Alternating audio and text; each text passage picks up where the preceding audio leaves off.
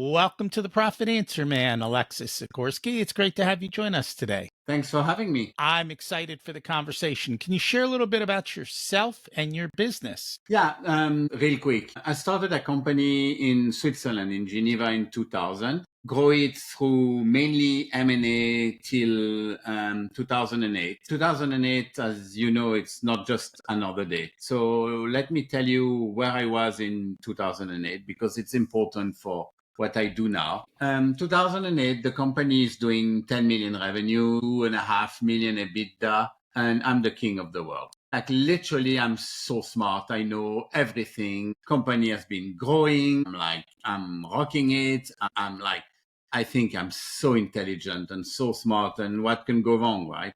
So my company is 2008, does one thing and one thing only, build software for banks, specifically for private banks. And 2008, if you remember, was not the best date in the world for the banking industry. So one day, literally on a given Thursday, I get phone calls from my clients that, by the way, we're not buying anything from you anymore. And I lost on one day 75% of my revenues. So go from 10 million to 2.5 million, and from 2.5 million EBITDA to minus 5 million EBITDA, right? Simple math. And that's when the grinding years start, where really have to fire most of the employees. And if the listener are entrepreneur, they know what it is. You're a small company at 10 million. You know everybody. People are your friends. Some of these people were actually my family members that you have to fire. And then I had to mortgage my house. And for 4 or 5 years, the only question is, do we continue? Do we go on?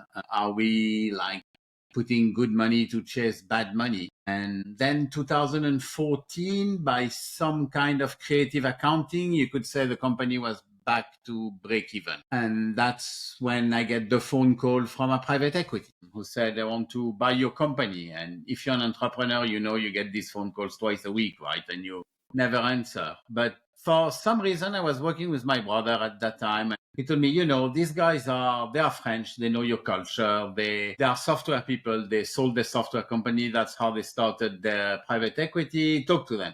Okay. So they came to Geneva, and I've been super honest and transparent with them, which I think you should always do with private equity. And I told them, I said, listen, I'm tired. I'm exhausted. I've been running this company for 14 years now. I've been grinding for 5. I'm exhausted and I'm absolutely ready to sell to you, but now is not the moment because the company is just break even, right? It's hard to sell at that point. And I told them, I'll make you a deal because you came and because you trusted me and because you wanted to talk to me. You come back in 2 years, and in 2 years, I'm not going to go through an auction. I'm not going to go through a due diligence. You make me a decent offer and I'll sell to you. And they listen and they say, yeah, no, we're not going to do that. Actually, we're going to do something else. They say, you go home, you prepare a business plan, and we come back next week. I said, okay. I made a business plan with my brother, and the least you can say is we've been optimistic on the business plan, which you're allowed. You're not allowed to lie even $1 about the past, but when you dream the future, you're allowed to dream, right? It's why it's called a business plan. I think I made a business plan that showed 3 million EBITDA in 2 years, considering I've been losing money for the past 5 years. So it was very, very optimistic. And I take him back and I show them the business plan and say, good, so this is what we're going to do. We're going to buy your company now. We're going to pay 11 times your EBITDA in 2 years. We're going to pay 85% cash right now and 15% earn out. And that's when I thought it was actually a friend who was doing a practical joke or something. But no, it was the proper offer. So that's what I called at the time an offer you cannot refuse. So I accepted the offer, sold 77% of the company, kept 23, run it with them for 2 years. And after 2 years, I made more money out of the earnout that I made out of the cash. And that's a really, really interesting lesson. So what was the lesson there? Because something dramatically shifted in those 2 years. And for somebody to pay you that kind of money of future hope is not normal. Well, I do a few talks with universities, and that's the point usually when I stop and ask the students, why did they do that? Why do you think they did that? That's the question, right? And that's the reason they did that is the reason most entrepreneurs leave money on the table when they sell their company. It's because they know what you don't know. You know what you did with the company. You know a little bit what you will do with the company in the next 2 years, but what you don't know at all is what they bring to the table. Knowledge, experience, network, commercial ability, fantastic cost cutting ability that you didn't even know existed. So basically, they're paying you for what you think you're going to be doing, but they don't pay you for what they know they will be doing. That's why I end up making more money at the earnout, because the 3 million I anticipated, which was super like optimistic, up to be, don't remember exactly, but like 4.5 or 5. What did they do different? What did they know that you didn't know? So put yourself back in my shoes, right? At the time, it's 2014, 15, 45 years old. And all I've known basically in my life is being an entrepreneur. First in Switzerland, then in France, then in Africa, then back in Switzerland, in Singapore. So I've been an entrepreneur my whole life. Most of my ventures have failed before this one. Every day that my company gets different, it's a prototype for me. So I'm basically surviving, and I have very little skill as an entrepreneur. I have the skill I acquired through the grind, but I have no formal training and no experience outside of this company. Facing me are people who are older than me and who bought and sold first a $1 billion company on their own before they started the private equity, and then multiple $100 million plus company. That's what they do, right? And at the moment they're talking to you, they run 8 companies that are pretty similar to yours in size and in market. And so they know, they're just better than me at knowing all that stuff. So on the day-to-day stuff, I can give 10 examples, but there's one I like to give because it's very explicit. So I have a small development team in Geneva, big development team in Singapore. In between the two, I have a leased internet line who cost me a lot of money, like $500,000 per year. And I'm a tech guy. So when my CTO tells me I need a lease internet line, I'll question him, and he has to convince me. And every year he convinced me, and he was right. We actually needed this lease line. So when you sell to a private equity, interact mainly with 2 people. You interact with a general partner who will usually talk to you once a month, and you interact with a guy who's usually younger, who, by the way, became a close friend of mine, and who's interact with you on a at least weekly basis. So my GP was actually interacting more once a week than once a month. So the very, very hands-on private equity. So he came to me and he said, "What's that $500,000?" I explained, and he said, "Yeah, we're going to shut that down." And I said, "You can't." And I explained to him why you can't, because he's a tech guy as well. He said, "Yeah, let me try something." So he picked up his phone, called the CTO and say, "Just to let you know, in 3 months, we're shutting down the internet line between Geneva and Singapore." And the guy was explaining to him, and he said, "Yeah, if that really doesn't work for you, I think you'll have to quit because I'm shutting down the internet line." 3 months later, they find workaround, and we never had to pay for this internet line. So that's one example, but there's many, many, many examples like that. Or they know stuff you don't. And he challenged your beliefs, right? How often do you see business owners who say, "Oh, we can't cut costs. We can't do anything. There's no way around that." And yet they said, "You know what? Figure it out." $500,000 is a good reason to figure something out. Yeah, especially when they sell the company. At the end of the day, this 500,000 per year is 6-7 million in their pocket, right? At a 12 times multiple, yeah, it is. And that's an interesting thing that I don't think people realize when it comes to selling. If you're going to get, and even on the smaller side, let's say it's a 4 multiple, a 6 multiple, if you've built it a 10, 12 multiple, you hire family members for 50 grand and they don't really do much. On a 6 multiple, that's 300 grand out of your pocket on top of the 500, the 50 a year.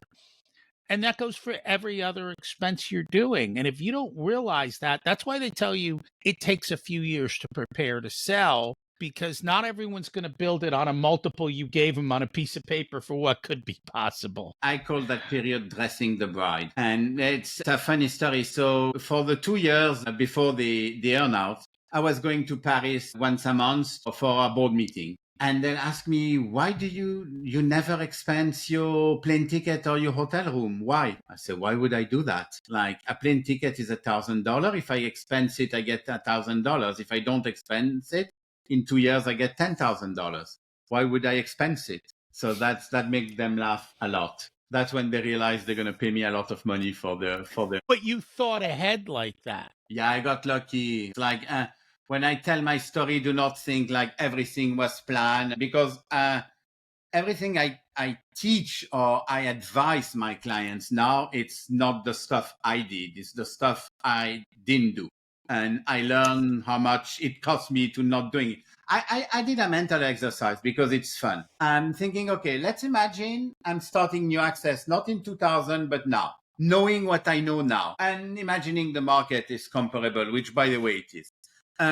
What would be the outcome? And the outcome for me is 50 million more 5 years earlier. So the total cost of my mistake is 5 years and 50 million, which is not too bad, actually. Could be way worse. Lots of people I know, total cost of their mistake is bankrupt and suicide. So it's not too bad. No, not too bad. I don't think people think enough about the actual cost of their mistakes, and they do add up. So let's not make mistakes. One of the things you talk about. I would say something I don't think people think enough in general. No, which kind of leads me to the point that I've heard you say that people don't have a plan, nor do they plan well. Okay, we're talking entrepreneur there. So most entrepreneurs, and I was one of them, they have a lot of things in common. They are leaders, not managers. Most of them, they are risk takers, because if not, they will have a 9-to-5 job. They don't scare easily, and they suck at planning. Don't ask me why, but we all do that. Say, like, they always go to the next shiny thing. They tend to, the most important mistake they make, in my opinion, is confusing what's urgent with what's important, right? Like, yes, you have 10 clients who are in urgent need of you. Actually, they are not. They're in urgent need of the company. They're not in urgent need of you. What's urgent need of you is the vision, is talk to your shareholders, is go get the next big client. That's you. Extinguishes fire, it's urgent, but it's not important. It's not you. So yeah, they don't plan well enough, and a lot of them don't know who they are and what their company is. And that's super important, and that's usually the first conversation, and that's the main reason I say no to 90% of the people who contact me, because lots of them I cannot help them. Who are you? What do you want to achieve with your business? I summarize it in what's your number, but it's a little more than that. How much do you want to sell this? First of all, do you want to sell this company, or do you want to leave it to your children? Is it lifestyle company? You're happy taking $1 million out of the company every year, pay your vacation, pay your lifestyle? Fantastic. I love you for doing that. It's fantastic. I love lifestyle business, but I bring no value to these people, because it's all about operational efficiency, which I know nothing about. And it's all about tax optimization, which is not my specialty.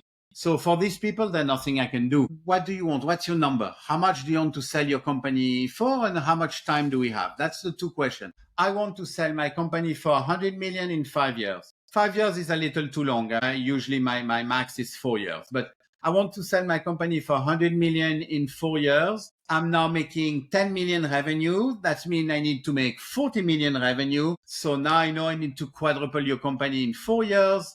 And what does that entail? And that's where I actually bring value. All right. Everyone wants to know, how do I quadruple my company in 4 years? It depends on your company, but if you want a one sentence answer, it's M&A. It's what? M&A. Buy something, buy stuff. That's how you quadruple in 4 years. That's what people don't realize. So the question then comes, is it easier or is it less expensive to buy revenue than it is to build revenue? In other words, try a marketing program, do this, do that. And how do you know if you're buying the right revenue, so to speak? Okay, two very different questions. It's almost Yes. always cheaper to buy revenue than to build it for many reasons. One, because time is money and it goes faster. But the other reason is you're not going to use mainly your money to do that. You're going to use bank money, and there's nothing easier than to finance an LBO, right? So you want to buy 10 million revenue. So that's 2 million EBITDA. You think it's going to cost you 20 million, but it's going to cost you 4, and the other 16 you'll get from the bank. That's actually most of this acquisition is free.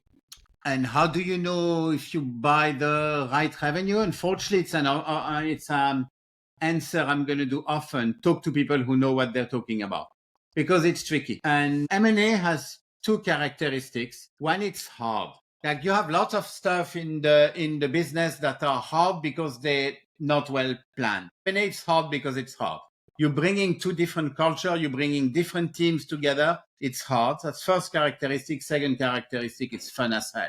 It's so much fun. So, like, you spend 10 years like grinding, growing your business, talking to clients, talking to staff, dealing with staff issue. Nothing of that is fun. And suddenly you're acquiring a company and most of your day is fun. So that's also very important.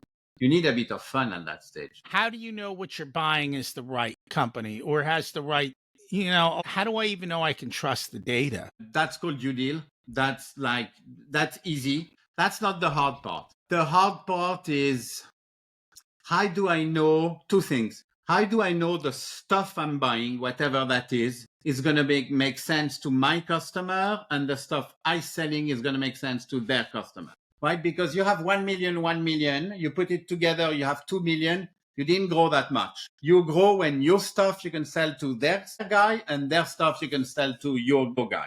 If you have that, you're golden. And that's why I hate acquiring a direct competitor. Like, you build swimming pool, you buy a guy who builds swimming pool.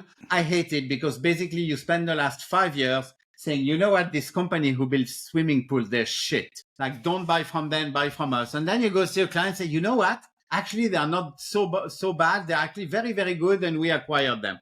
And that in software is one of the biggest mistakes people make.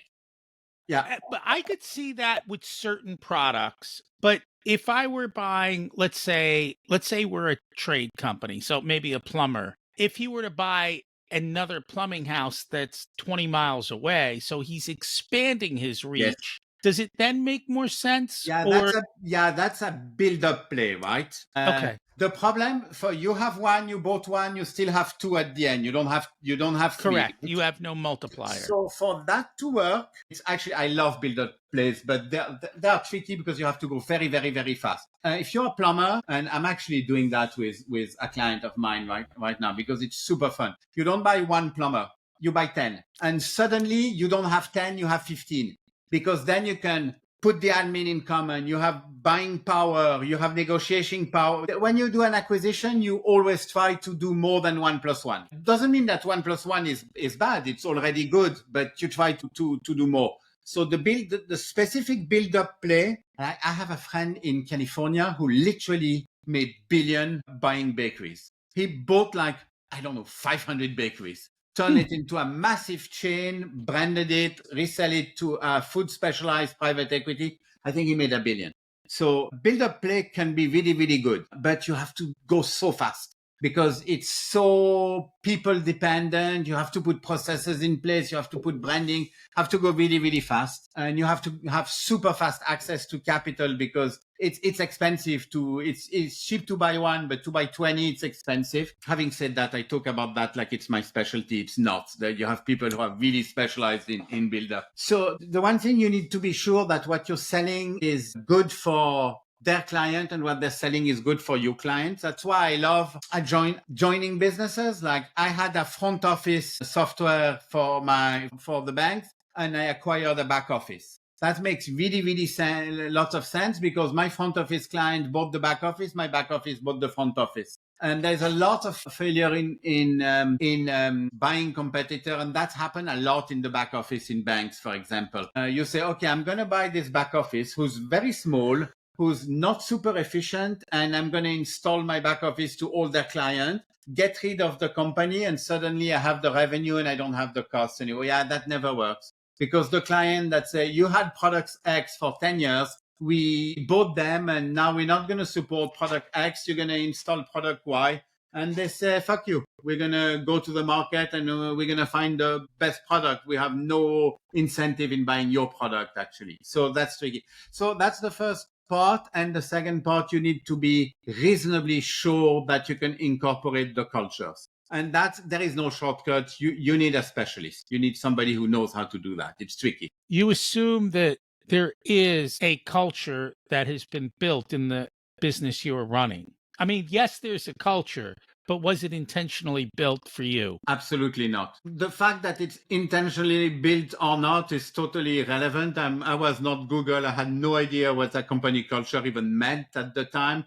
The company culture was my culture, right? It was like somewhere between a Jewish family and Italian mob. Somewhere in between was the culture of the company. And like ridiculous stuff like you don't leave the family and like loyalty over everything. So that kind of stuff was our culture. Very, very horizontal, loose leadership. I loved being challenged by people.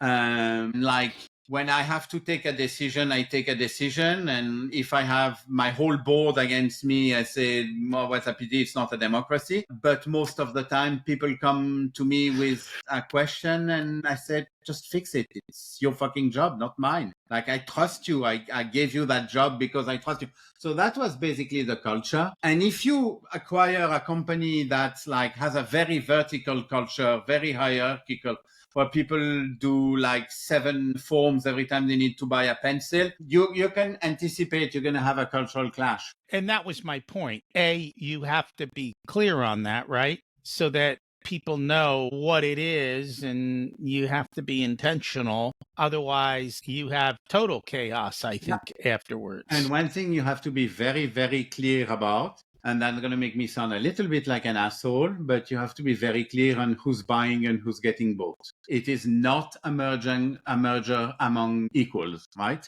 Hi, guys. I'm your new boss. I love you. This is what we're going to do. This is how it's going to happen. This is what's going to happen to you. Are you okay with that? Or do you want to question it? Do you want to discuss it? I'd be super happy to hear you because you have experience on stuff that I don't. So please interact with me. Please tell me what you think. But at the end of the day, I'm the one that's going to make the decision. So this level of clarity is super, super important. And also be really aware of the quality of the people you're acquiring. So I didn't intend to talk about M&A in such details, but it's important. After the private equity, our company was doing 15 million revenue, and we bought a company who was doing 45. So that was triple our size. We were front, we bought back. We were sandals and t-shirts. They were suits and tie. I was relatively inexperienced, fun CEO, and the CEO of this company was 10 years older than me, very experienced in international group. Do the merger, went super well because basically techs work well with tech and we know very, very well how to integrate tech teams. These guys became head of sales and all good. And I'm talking to the guy and I'm like, shit, like, no, that's really wrong. So I went to see the private equity and say, guys, like, we are idiots. This guy is way more experienced than I am. He should be the CEO, not me. Like, I immediately realized the guy would be a much better CEO than I was. So I went to see the private equity and said, the guy needs to be CEO, not me. And they chairman me, which is the best thing that can happen to you. Let you on a secret. When you can become the chairman, it's basically you get the exact same amount of money, but instead of working 16 hours a day, you work half a day per month. Much, much, much better job. You have to have the self-awareness to step out of that role of CEO, president, and say, the other guy's smarter than me. That's not so easy for entrepreneurs, is it? No, it's not easy and it's tricky because it's a mix, right? You have to have a little bit of your own reality distortion field. Because if not, life is just too hard. If you actually see how bad you are and how hard life is, you don't become an entrepreneur. But on the other hand, you have to be quite astute in terms of knowing who you're talking to. So yeah, you need, when you see somebody that, but for me, it was a bit easier because I'm literally good at nothing. I'm a mediocre, no, literally, like lots of founders are people who are really good at something and try to step in a job that's bigger, right? You're a fantastic sales, a good chance you'll be a good entrepreneur. You are the best AI guy in the world. There's a good chance you're going to have a good AI company. Me, it's different. I'm literally good at nothing. Like at the beginning, the very, very beginning of the company where there were 4 of us, I was writing a little bit of codes, and the other 3 coders, they came to my office and say, let's do something a little bit different. You're going to go talk to the client. You're going to let us code because we spend more time fixing your bugs than actually rewriting the thing. So I'm like literally good at nothing. So every time I hire somebody from the CTO to the janitor, it's somebody who's better than me at what they do. So it's easy to get this humility to like, that's something I see a lot in entrepreneurs, right? They only hire people who are not as good as they are because they feel threatened. And that's a big no-no. Like, of course you want your IT guy to be better than you at IT. Of course. Like, if not, what's the point? You've been through bad times. You went through '08. What are your thoughts on having a war chest of cash for bad times? My thought, if you don't have one or if you don't plan to have one, I don't talk to you. It's that simple. It's one of I have a few absolute red flag deal breakers when new clients want to work with me. You don't have you don't have a war chest. The next 6 months are going to be focusing on building your war chest. Agreed? If you don't agree, I'm out. It's like crucial. How big of a war chest do you think people need? Depend on your business. I'd say most business, I'll go around 9 months to a year. Because if it's long enough to make a baby, it's long enough to get you out of the hole. So around 9 months to a year, in very specific cases, in very recurring revenue businesses, I'll go as low as 6 months, but it's rare, like 9 to 12. How do most people feel when you tell them you should have 9 to 12 months of cash? Well, they think I'm an idiot, but they think that about so many stuff I tell them. So it doesn't bother me. I explain that it's not like, oh, will shit happen? Shit will happen. The question is when and how big. Like unless you've been living in a hole in the past 50 years, you should know that. Like if it's not the global financial crisis, then it's the internet bubble. It's not the internet bubble, it's Trump tariff. Like shit will happen. How do you prepare to that with no cash? And it pisses me off because this war chest is ammunition I don't have for M&A. So like it pisses me off. I like when they already have a war chest because then the cash we generate, like I enter a company when they do 10 million within, let's say they do 2 million EBITDA when I enter the company, within 6 months, they should be doing 3. This extra million, I want to use it for M&A, not to fill the war chest. But if they don't have one, that's what we're going to do. No, I totally agree with you. What are some of the other red flags for you? Okay. First of all, I only talk to people who can make the decisions. I'm too old for office policy bullshit and I have to talk to my board and it's either founder or co-founder, but I talk to the guy who can actually make the decisions. So that's a big red flag. I only talk to people who want to grow and sell their company, not because I'm an asshole and not because I disrespect people who want to run a very profitable business. But again, I bring no value. My value is growing and selling and talking to private equity. I used to be extremely specific on people who wants to sell to private equity. And I've been a little more reasonable on that. If you want to sell to a strategic, I still can help. I'm losing a bit of my value because I really speak private equity and that's like a big value. But still, I'm still pretty good in sales negotiations. But the biggest red flag is people who don't know where they're going. And then, but that's a human part, right? You need to find somebody you like.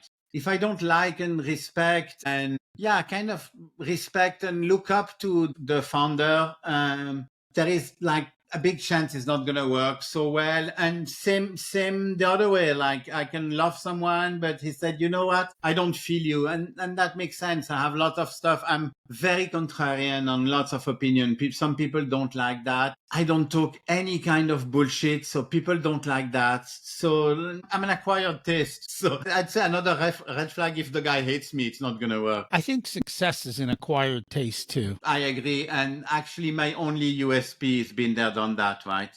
Like you have so many coaches, mentors, advisor, consultant who tell you how to do stuff they never did. My favorite is you probably get a lot of these is the social media gurus who Yes. literally call me every 20 minutes. My phone number and my email will be some kind of list of idiots who pay any kind of money to bad social media people, which is a good list, I do. And they explain to you how they'll get you to 150,000 followers and they're the best in the world to do that. And then you go see their account and they have 7,000 followers and you're like, why don't you apply to yourself what you're teaching to me? Like the credibility of having done it is, I think it's important. I don't worry about followers. I worry about the number of people paying me. Yeah, I have no idea of those. I think I know they send me an invoice every month and I pay insane amount of money and it brings me absolutely nothing.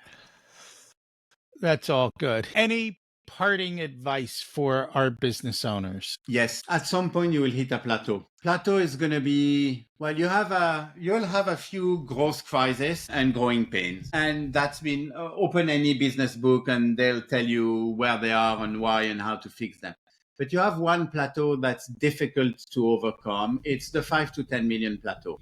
When you reach 5 to 10 million revenue in your company, usually what happens is you get stuck and you get stuck for a number of reasons, but I usually identify three main reasons. Is one, you're tired and people count the impact of the founders being really tired. Took you a while to get there. You're tired, which means you spend way more time in the company and not enough time on the company. You confuse what's urgent with what's important. And that's a super easy fix. We actually have a methodology to fix that. We call it firing yourself from the company. And you identify the task you're uniquely qualified to do. It's not that hard. Second problem you have, you don't know your company well enough and your numbers are not good enough. And if you challenge me on that, you're wrong, I'm right. I have enough experience. I'm yet to meet an entrepreneur in the 5 to 10 million range that has very clear monthly dashboard of the company from a financial point of view. Unless they're my clients, because they all do. Each and every one of them. And I'm proud of you and you're doing a fantastic job. And the third thing, and that's where we bring a big fix, is you get to the point when you need C-level people and you cannot afford C-level people. And that's super key. You do 5 million, you have 1 million EBITDA, you need a CFO, you need a CTO, you need a head of marketing, you need a head of sales. And you know what? Your cousin who's doing your books, he's probably super, super good. Doesn't mean he's a CFO. I'm not saying fire your cousin. I'm saying your cousin must be chaperoned or mentored by a proper CFO, etc. And that goes for every C-level. And what we offer to these people is I called all my friends I've been working with 40 years. They're all 30 years experienced C-level people. And we bring them in company as a team, like things Navy SEALs. We come for 6 months, fix the stuff and get out. So that's the three things you should think about when you reach your plateau. And you're absolutely right. That the number one reason people come to me is they have grown their revenue and they're wondering where their cash is because they're not enjoying the rewards of their work. They're working too hard and they finally want to do something about it. My only question is, how big of a hole did you dig and can we get you to climb out of it? You know, if you come to me early, we don't have a hole we can take off, right? But if you dug a hole, it takes a lot to come out of that hole, and people don't realize that. You have your revenue, you have your EBITDA, and then the revenue goes up and the EBITDA goes down. It's super common. And that's what's supposed to happen. Too often, the revenue goes like this, and then the EBITDA goes above the revenue.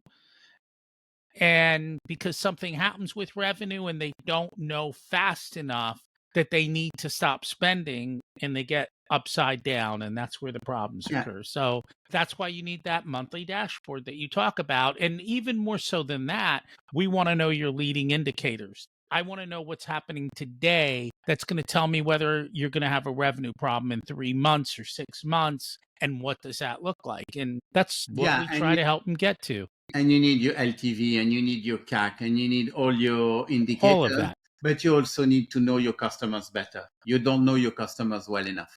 You know why you don't know your customers well enough? Because you don't talk to them.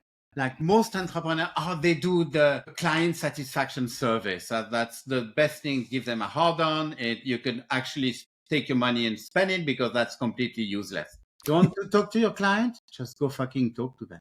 Buy them a beer. Spend an hour with them. People love telling you about themselves. They love telling you what you're doing wrong. And don't go see all the clients that are super happy because they don't bring any information to you. Go see the clients that have been annoying, that you feel are not super happy, and that's how you know them. Yeah, all that is super key. It is. I think most of the things that they need to do are actually super cheap, and yet they won't. They want a complicated solution instead of the easy one, and it drives me crazy. So I get it. Common sense over MBA every day of the life. Yes, I agree with you. I have an MBA. It didn't teach me how to run a business. I have an executive MBA in Oxford.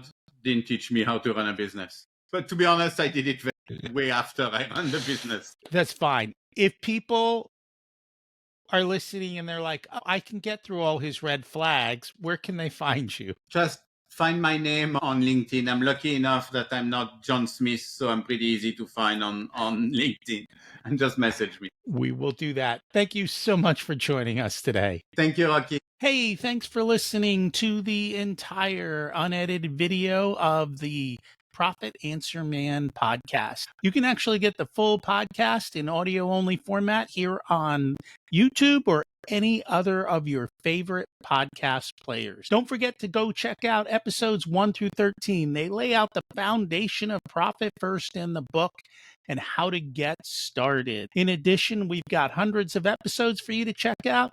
And if you remember to subscribe, you'll always be updated when we put a new one out every single week. Thanks for listening. Have a profitable week.